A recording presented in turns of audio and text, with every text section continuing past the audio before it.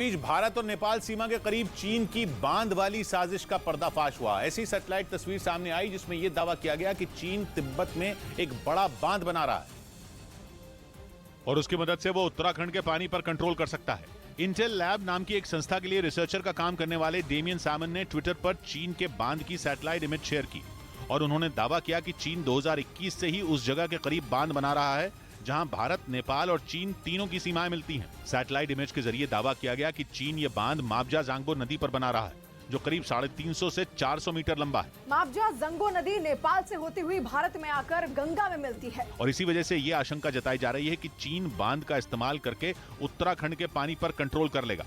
मतलब वो नदी का पानी रोककर सूखा भी ला सकता है और एक साथ पानी छोड़कर बाढ़ भी ला सकता है। इधर बिहार के मुजफ्फरपुर में 70 लाख रुपए की शराब पकड़ी गई।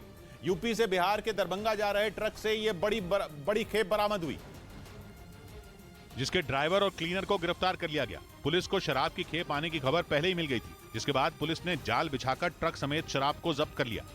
उधर गुस्से में तमतमाए ईरान ने यूरोपियन यूनियन और ब्रिटेन से बदला लेने की धमकी दे डाली। ईरान ने ताल ठोककर कहा कि वो प्रतिबंधों से नहीं डरता और जल्द ही यूरोपियन यूनियन और ब्रिटेन के अधिकारियों पर प्रतिबंध लगाएगा और उन्हें ईरान पर प्रतिबंध लगाने का जवाब प्रतिबंध लगाकर ही देगा। ईरान में सितंबर से हिजाब के खिलाफ प्रदर्शन हो रहे हैं और जिस बर्बरता के साथ वो उन प्रदर्शनों को कुचलने में लगा है उसे देखते हुए यूरोपियन यूनियन ने एक दिन पहले ही ईरान के कुछ सांसदों, सेना के अधिकारियों और संगठनों पर प्रतिबंध लगा दिए। पीछे पीछे ब्रिटेन ने भी ईरान के कुछ अधिकारियों पर अपने यहाँ ट्रैवल बैन लगा दिया। इस बात पर ईरान गुस्से से फट पड़ा और उसने ईंट का जवाब पत्थर से देने का ऐलान कर दिया। ईरान ने कहा कि उस पर लगाए गए प्रतिबंधों से यूरोपियन यूनियन और ब्रिटेन की खींच टपकती दिख रही है क्योंकि वो ईरान में उथल पुथल मचाने में नाकाम रहे। ईरान शुरुआत से ही कहता आ रहा है कि उसके यहाँ छिड़ा बवाल पश्चिमी देशों की उसके यहाँ शांति भंग करने की चाल है।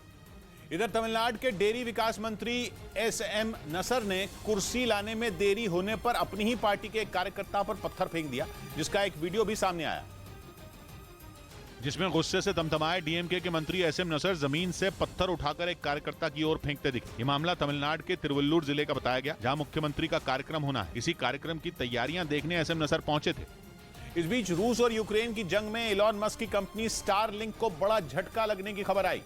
रूस की फौज ने दावा किया कि उन्होंने बहुत बड़ी संख्या में स्टारलिंक के टर्मिनल पर कब्जा कर लिया है, जो डोनेस्क प्रांत में यूक्रेन की फौज को बड़ा झटका है। डोनेस्क में यूक्रेन की फौज स्टारलिंक के हाई स्पीड इंटरनेट का इस्तेमाल कर रही थी, लेकिन रूस की फौज का दावा है कि उसने बहुत ही बड़ी संख्या में स्टारलिंक के टर्मिनल सीज कर लिए।